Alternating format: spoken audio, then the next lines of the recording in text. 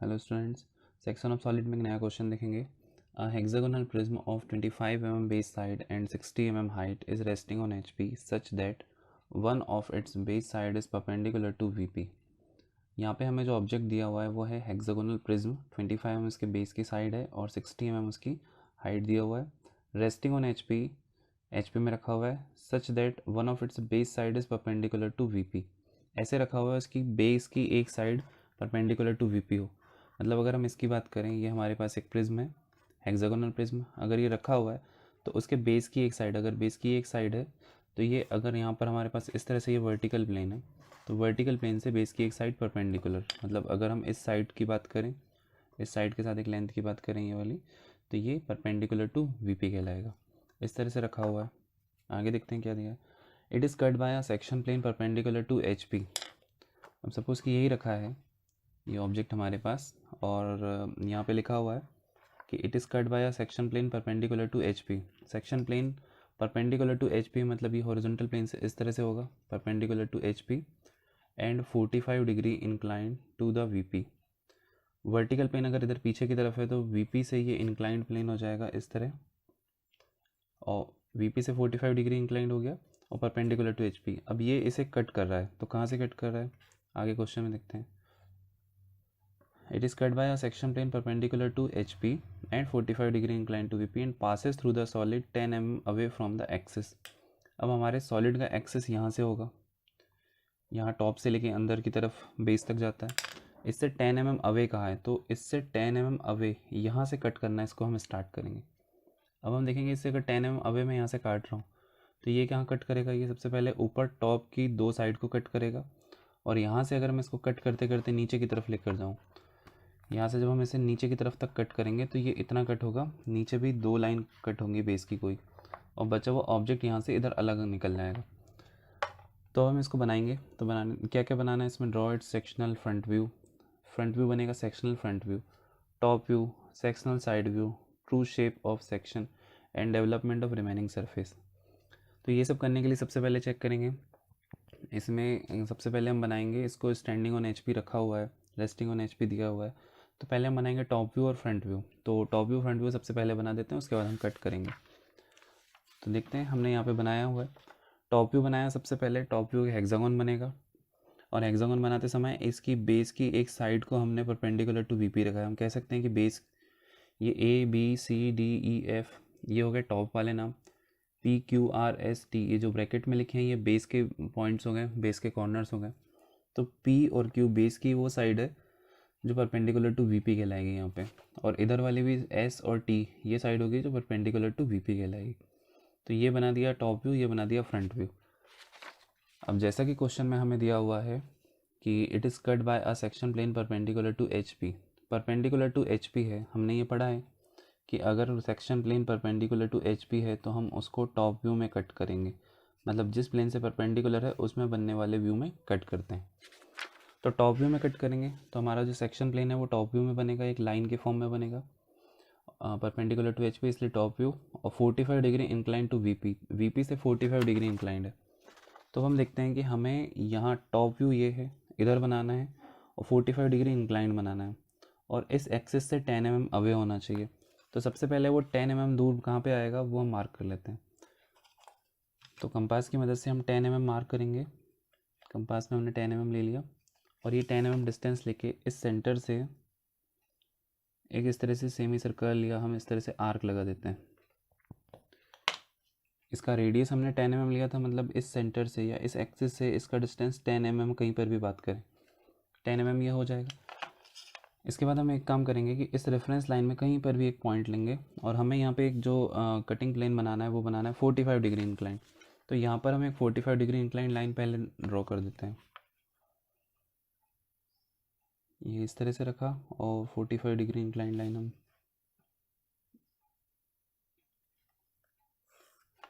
ये जो हमने लाइन बनाया है ये 45 डिग्री इंक्लाइंड है। अब हम अपने ड्राफ्टर को या रोलर स्केल को इस लाइन के पैरेलल सेट करेंगे, इस लाइन के पैरेलल सेट करेंगे, मतलब ये हमारा जो स्केल है ये भी 45 डिग्री सेट हो गया। इसको रोल ओवर करते हुए हम आगे की तरफ यहाँ लेके आएंगे, इस तरह से लेके आएंगे, या हम ड्राफ्टर की किसी साइड को इसके साथ सेट करेंगे, उसको उठाकर यहाँ पर रखेंगे इस सर्कल के पास यहाँ पर। और यहाँ से एक इस तरह से लाइन बना देंगे। अब ये जो लाइन हमने नहीं बनाया है ये सेक्शन प्लेन हो जाएगा हमारा, ये परपेंडिकुलर टू एच पी हो गया और 45 degree incline to H P हो गया, sorry V P. V P से 45 degree incline line reference line से नीचे बनती है, ये 45 डिग्री हो जाएगा। इसको हम मिटा सकते हैं, इसकी ज़रूरत अब हमें नहीं है। इसका काम सिर्फ इतना था इसके पैरेलल लाइन बनाने के लिए, इसके पैरेलल लाइन बनाकर ये सेक्शन प्लेन। अब हमारा जो सेक्शन प्लेन होता है उसको हम हमेशा यहाँ पर डबल डैश लाइन से शो करते हैं, तो इसमें डबल डैश लाइन बना देते हैं इसको।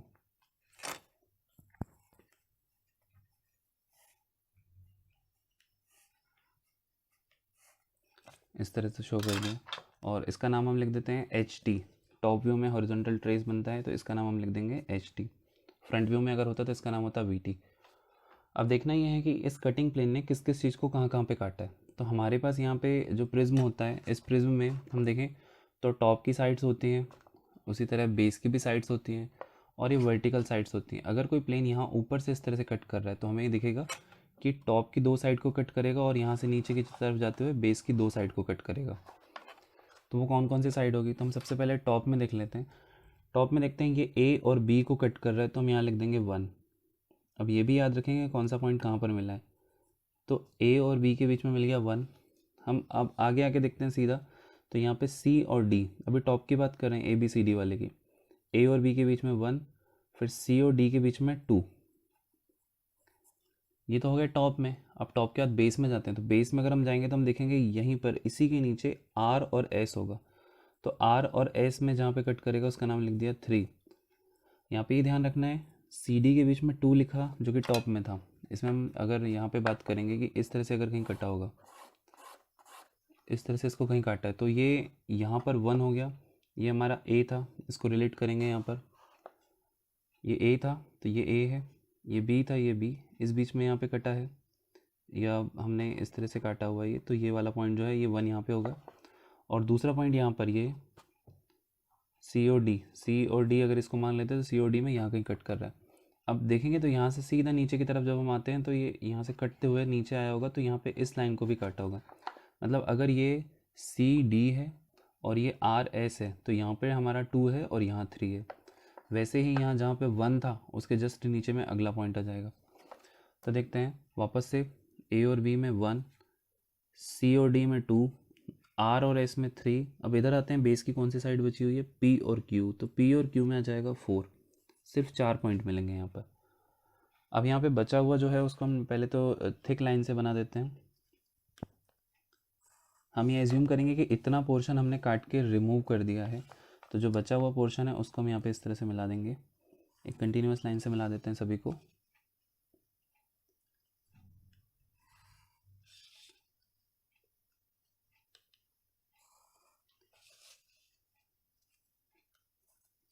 अब ये देखते हैं कि ये जो फ्रंट व्यू बना था ये तब बना था जब ये एक कंप्लीट प्रिज्म था हमारे पास। फ्रंट व्यू बनाने के लिए हम एज्यूम करते हैं कि ऑब्जर्वर यहाँ से देख रहा होता है, जब ऑब्जर्वर यहाँ से देख रहा होता है तो यहाँ पे हमें फ्रंट व्यू मिलता है। अब देखिए यहाँ पर फ्रंट व्यू ये तब बना था जब ये कंप्लीट था, जब इसको काट दिया है तो ये आपके पास ये क्यू बी सी आर ये तो नहीं बचा हुआ है। जब आप इधर से देखोगे तो आपको 1 2 3 4 एक रेक्टेंगल जैसा एक प्लेन दिखाई देगा। कौन कौन सा, 1 2 3 4 ये दिखाई देगा। और जब आप इसको देखोगे सामने से तो इतना पोर्शन आप हटा चुके हैं यहाँ पर, तो ये वाला यहाँ पे बनाना पड़ेगा। तो ये बनाने के लिए हम ये 1 2 3 4 जो हमारे नए पॉइंट्स हैं इन सब का फ्रंट व्यू में लेके जाते हैं। तो देखते हैं 1 था ए और बी के बीच में, तो 1 का प्रोजेक्टर ये गया ए और बी के बीच में, तो यहाँ पे आ जाएगा 1 डैश।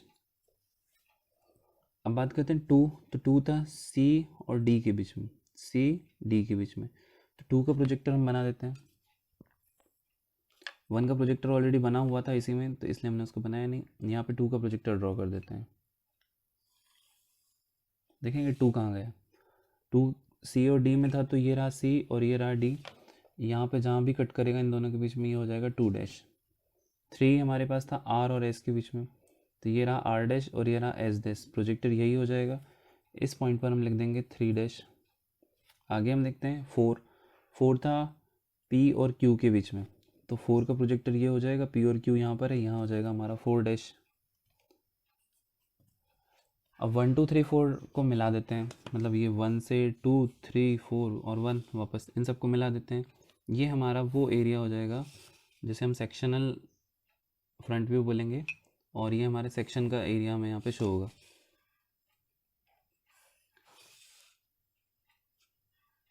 इसको हमने कंटिन्यूस थिक लाइन से बना दिया, डार्क बना दिया। देखिए जब यहाँ से देखेंगे तो 1 2 3 4 दिखाई देगा, और ये सेक्शन वाला एरिया, कटिंग वाला एरिया है। तो जब यहाँ फ्रंट व्यू में दिखेगा तो हम इसमें करेंगे हैचिंग।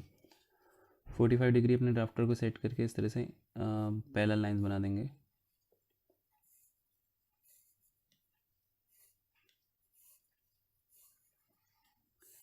और वो सिर्फ बनाएंगे 1 2 3 4 वाला जो एरिया होगा उसी के अंदर में हैचिंग्स।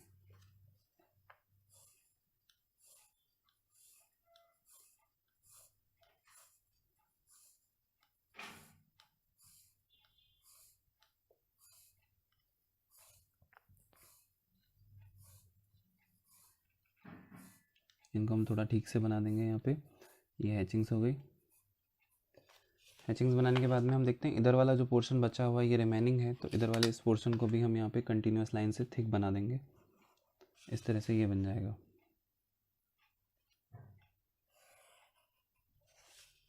इसमें हम हैचिंग नहीं करेंगे, इधर जो बचा वाला पोर्शन है उसमें हैचिंग नहीं, क्योंकि जब हम यहाँ से देखेंगे तो ये वाला portion as it is visible होगा, दिखेगा, इसलिए हमने उसको ये बना दिया। अब ये बनाने के बाद देखते हैं अगर हमें इसका ट्रू शेप बनाना होगा, सेक्शन का ट्रू शेप बनाना होगा तो हम क्या करेंगे।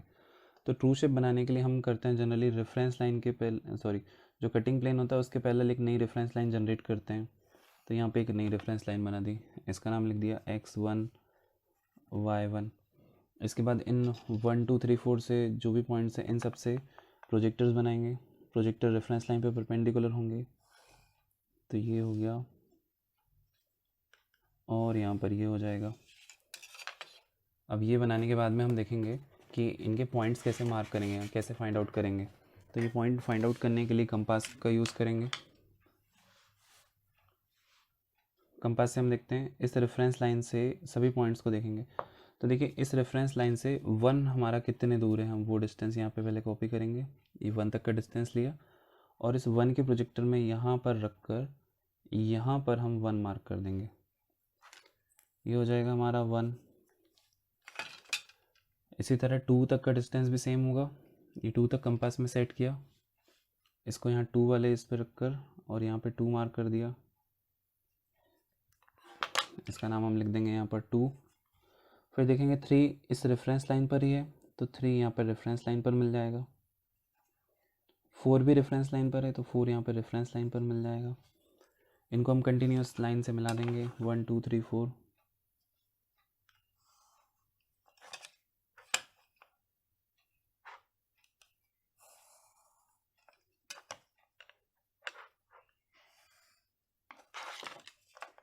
और क्योंकि ये सेक्शन है इसलिए हम ये ट्रू शेप ऑफ सेक्शन, इस सेक्शनल व्यू का ट्रू शेप बना हुआ है, इसलिए हम इसमें भी हैचिंग कर देंगे।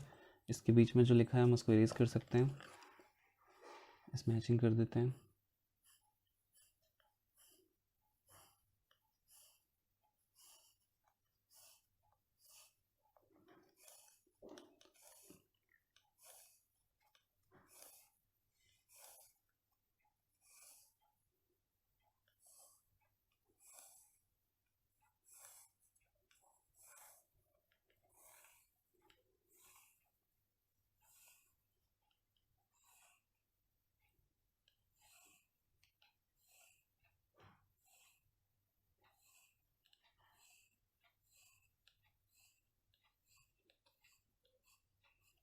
इस तरह ये बन गया ट्रू शेप ऑफ सेक्शन।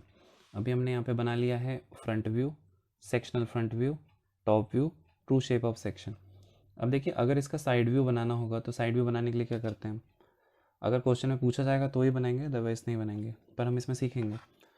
तो इस नई ये जो रेफरेंस लाइन है बेसिक वाली, इसके परपेंडिकुलर हम एक लाइन बनाएंगे यहाँ पे, मतलब एक नई रेफरेंस लाइन बनाएंगे। तो वो बना देते हैं, इस आपके फ्रंट व्यू से कितने भी दूर हो सकती है। हमने एक नई रेफरेंस लाइन बना दी, इसका नाम हम लिख देते हैं x2 y2। इसका नाम हो गया x2 y2। अब ये बनाने के बाद यहाँ से सारे पॉइंट्स के लोकस बना देते हैं। तो 2 ही लोकस बनेंगे, एक बेस का बनेगा वो ऑलरेडी बना हुआ है, और एक टॉप का लोकस बना देते हैं यहाँ पर। तो ये बन जाएगा। अब ये बनाने के बाद में हम देखेंगे यहाँ पे बेस में जितने भी पॉइंट्स हैं सभी के लोकस हम यहाँ पे बना देते हैं। तो बेस के जो पहले रियल पॉइंट्स थे उनको ले आते हैं, यहाँ से एक पॉइंट था, एक्सिस भी बना देते हैं, इन पॉइंट्स को ले आते हैं। ये 1 2 3 4 का हम बाद में लाएंगे, पहले हम जो बेसिक पॉइंट थे, जो रियल पॉइंट्स थे, उनको हम यहाँ पे इस तरह से हमने लोकस के माध्यम से इनको प्रोजेक्ट कर दिया। ये करने के बाद में हम कंपास की मदद से ये जो दोनों हमारे रेफरेंस लाइन का सेंटर पॉइंट है, यहाँ से इन हर लोकस तक का डिस्टेंस इस तरह लेके हम इनको इधर की तरफ रिवॉल्व कर देते हैं।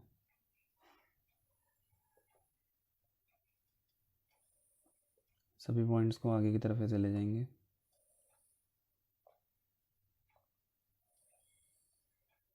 ये बना दिया। ये बनाने के बाद में इन सभी पॉइंट से परपेंडिकुलर लाइन बना देते हैं ऊपर की तरफ। ये सारे प्रोजेक्टर के फॉर्म में चले जाएंगे ऊपर तक। देखिए ये प्रिज्म है, प्रिज्म में सारी साइड्स वर्टिकल होती है, इसलिए हम वर्टिकल लाइन के माध्यम से लेके जा रहे हैं इनको।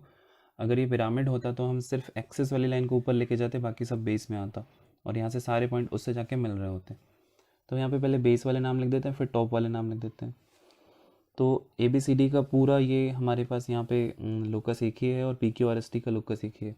तो देखते हैं ये पी यहाँ से आके हो जाएगा पी डबल डैश, और इसी लाइन में आपके पास पी के बाद टी है तो ये हो जाएगा टी डबल डैश। इस वाली लाइन में यू था, यू डबल डैश। इसमें क्यू और एस था, Q double dash S double dash. यहाँ पर आर डबल डैश, ये सेंटर हो जाएगा एम डबल डैश। आगे देखते हैं ऊपर की तरफ, तो यहाँ पे ए और ई इस लाइन में आ रहा है, ये वाली लाइन में ए और E, A double dash E double dash. यहाँ पे एफ था तो ये यहाँ पर एफ डबल डैश। बी और डी था, B double dash S double dash. यहाँ पर है सी तो ये सी डबल डैश, और ये ओ वाली लाइन यहाँ पर ओ डबल डैश। इन सभी को मिला दिया। अब देखिए यहाँ पे हम किसी को भी अभी रेगुलर लाइन से हमने नहीं मिलाया, डार्क लाइन से नहीं मिलाया। अब यहाँ क्योंकि 1 2 3 4 ये वाला जो पोर्शन है ये बचा हुआ नहीं है, लेकिन हमने इसको बनाया है तब भी। अब इसको छोड़ के ये 1 2 3 4 वाला सेक्शन पहले यहाँ पे बनाएंगे। तो देखिए 1 और 4 ये ए और बी के बीच में था, हम यहाँ पर ए और बी के बीच में कहाँ आएगा, ये है ए और ये बी, इसके बीच में कहाँ आएगा, तो वो देखने के लिए इनका भी लोकस बनाएंगे और इनको भी इसी तरह से प्रोजेक्ट कर देंगे। यहाँ से यहाँ तक लेकर आए, कंपास को यहाँ रखा, इस डिस्टेंस को लेके यहाँ कॉपी किया और इसका प्रोजेक्टर भी बना दिया। अब देखेंगे ये 1 है, 1 था ए और बी के बीच में, तो यहाँ से हम इसको फॉलो करते हुए गए यहाँ पर, यहाँ हो जाएगा 1 डबल डैश। इसके बाद देखते हैं आगे जाते हैं, तो 1 के बाद में 2 का भी लोकस बनाएंगे वैसे ही जैसे 1 का बनाया था। 2 हमारा सी और डी के बीच में था,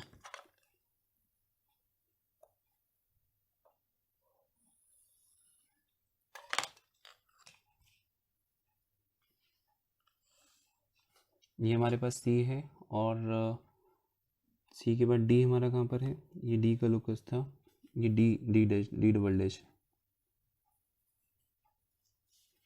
और यहाँ पर हाँ ये डी डबल डैश होगा, और B B double dash D double dash दोनों, एस नहीं होगा यहाँ पर।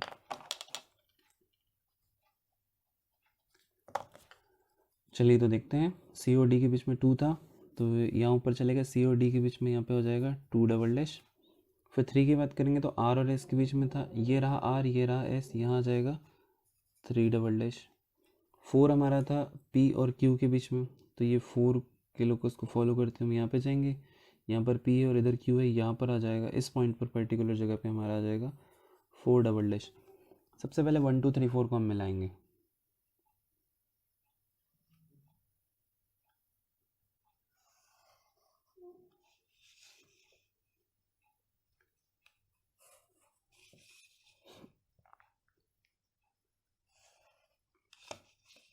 इनको मिला दिया और इसमें सबसे पहले करेंगे हैचिंग, क्योंकि सेक्शन है 1 2 3 4 वाला जो पोर्शन है वो सेक्शन है, सेक्शन को हम हैचिंग से शो कर देते हैं।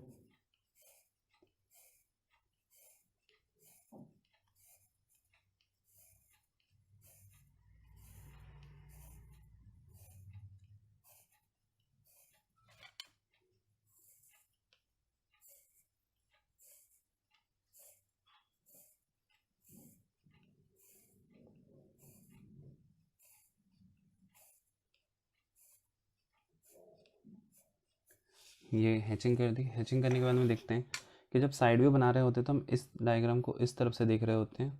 तो ये ए एफ ये वाला सेक्शन बचा हुआ होता है, तो ये हमारे पास ए एफ ये वाला सेक्शन पूरा हम यहाँ पे एक रेगुलर फॉर्म में इसको बना देते हैं। इसको भी रेगुलर और कंटिन्यूस थिक लाइन से हम बना देंगे यहाँ पे।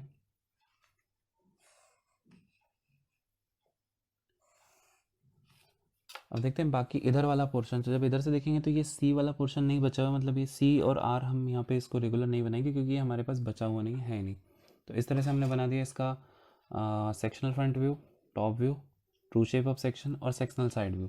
अब हम बनाएंगे इसका डेवलपमेंट, क्योंकि हमें क्वेश्चन में यहाँ पे दिया हुआ है। हमने इसका बना दिया सेक्शनल फ्रंट व्यू बन गया, टॉप व्यू बन गया, सेक्शनल साइड व्यू बन गया, ट्रू शेप ऑफ सेक्शन बन गया, डेवलपमेंट ऑफ रिमेनिंग सरफेस। अब ये बनाना हो रह गया। तो इसको बनाने के लिए सबसे पहले डेवलपमेंट हम जानते हैं कि अगर हमने इसको टॉप और बेस को हटा दिया, टॉप बेस को हटाने के बाद जब मैं इसे यहाँ एक साइड इसकी ओपन कर दूंगा तो ओपन करने के बाद में एक रेक्टेंगल मिलता है। उस रेक्टेंगल की लेंथ और विड्थ कितनी होती है? हाइट तो इतनी होगी जितनी इसकी हाइट है, और उसकी टोटल लंबाई हो जाती है इन सब के मल्टीप्लिकेशन के बराबर, n इंटू ए। एन होता है number of sides, number of base की साइड, और ए होता है एक साइड की लेंथ। तो हम वो बनाएंगे, तो बनाकर देखते हैं। तो कुछ हमें इस तरह से मिल जाएगा। जब हम इसको ओपन करेंगे, ओपन करने के बाद में हमें इस तरह का ऑब्जेक्ट मिलेगा। अब ये बनाने के बाद हम देखते हैं कि इसमें नाम कौन कौन से और कहाँ कहाँ से लिखेंगे। तो नाम लिखने के लिए हम यहाँ पे देखेंगे, सबसे पहले ये जहाँ से इसको कट किया है, तो कट करने के बाद जो कट होके जो सेक्शन अलग हो गया उसमें से किसी एक का नाम लिखेंगे, सबसे पहला नाम कट करने के बाद में। अच्छा, पहले ये देख लीजिए, ये साइड 25 है, बेस की साइड 25 25 25, इस तरह से 6 हेक्सागोनल था इसलिए 6 साइड्स हैं। जितनी इसकी हाइट होगी उतनी ये हाइट लिया है। अब पहला नाम यहाँ पे ए से स्टार्ट कर सकते हैं, लेकिन ए से नहीं करेंगे। जब हम इसको सेक्शन को काट देते हैं तो कटने के बाद में जो हट चुका है पोर्शन, एक तो ये बी वाला हट गया और एक सी वाला, तो इसका नाम हम बी और सी किसी में से भी स्टार्ट कर सकते हैं। तो हम स्टार्ट करते हैं बी से। पहला नाम हम लिखेंगे बी, और बी लिखेंगे ऊपर क्योंकि टॉप टॉप के नाम है ए बी सी डी, नीचे वाले नाम है पी क्यू आर एस। तो बी के साथ क्या था? क्यू था, तो यहाँ पे आएगा क्यू। बी के बाद सी, डी, ई, एफ, जी, और जी के बाद वापस क्या, सॉरी देखते हैं, B C D E F, F के बाद ए था, तो एफ के बाद जी नहीं है हमारे पास, एफ के बाद ए है। इसको हम लिखेंगे यहाँ पर ए, और ए के बाद वापस आ जाएगा बी। यहाँ पे देखेंगे Q R S T U, you के बाद वापस ए, यू के बाद वापस सॉरी पी है, R S T U, you के बाद पी, और पी के बाद क्यू, यू के बाद यहाँ आ जाएगा पी, यहाँ आ जाएगा क्यू। अब ये तो बना दिया। ये बनाने के बाद में ये कंप्लीट जब था, एक कंप्लीट प्रिज्म का डेवलपमेंट होगा। तो इस कंप्लीट का नहीं, हमें बनाना है सेक्शनल का। रिमेनिंग सरफेस का लिखा हुआ था क्वेश्चन में, तो रिमेनिंग सरफेस का बनाएंगे। तो अब 1 2 3 4 को यहाँ पे मार्क कर देते हैं। तो 1 2 3 4 मार्क करने के लिए हम टॉप व्यू की मदद से ही बना लेंगे डायरेक्ट, क्योंकि यहाँ पर ये भी 25 है, ये भी 25 है। अब यहाँ पे देखिए कि 1 कहाँ पर है? 1 है ए और बी के बीच में, तो ए से कितना दूर है 1, ये देख लीजिए। ये डिस्टेंस हमने कंपास में सेट किया, ए और बी के बीच में 1 कितने दूर है। तो यहाँ देखेंगे ए और बी कहाँ है, ये रहा हमारा ए और बी। ए से जितने दूर था उतने दूर हमने ये मार्क कर दिया, इसका नाम लिख देते हैं 1। यहाँ पे सब कैपिटल में हो सकता है यहाँ पे, क्योंकि ये प्रोजेक्शन नहीं है, डेवलपमेंट है। डेवलपमेंट का नाम हम कैपिटल में लिख देते हैं। 1 हो गया। अब देखते हैं 2। तो 2 है सी और डी के बीच में, तो सी से कितने डिस्टेंस पर है? सी से इसका डिस्टेंस नाप लेते हैं, इधर ये बना लिया। अब देखिए सी से इधर उल्टे साइड नहीं बनाना है, सी बी और सी के बीच में नहीं, सी और डी के बीच में था, तो सी और डी मतलब सी से इस तरफ आएगा। तो सी से हमने ये रख के ये डिस्टेंस नाप लिया, इसका नाम हम यहाँ पे लिख देते हैं, हो जाएगा ये 2। अब 2 के बाद में देखो 3 कहाँ पर है? 3 हमारा था आर और एस के बीच में, तो ये कितने दूर हैं? ये हमने आर और एस के बीच में देख लिया, ये आर और एस में यहाँ पर आ जाएगा 3। इसको 3 मार्क करेंगे। फिर देखते हैं 4 कहाँ है? 4 यहाँ पर है, तो 4 है बेस में पी और क्यू के बीच में, तो पी और क्यू के बीच में यहाँ पे कितने डिस्टेंस पर होगा, कितने दूर होगा, ये हमने मार्क किया। अब पी और क्यू ढूंढते हैं, ये रहा पी और क्यू, तो इससे पी से जितने दूर था उतने दूर हम यहाँ पे मार्क कर देंगे, ये हो जाएगा हमारा 4। अब इन सबको मिला देते हैं, 1 2 3 4, इन सबको मिला देंगे स्केल की मदद से। ये 2 से 3 मिला दिया, यहाँ से यहाँ तक ये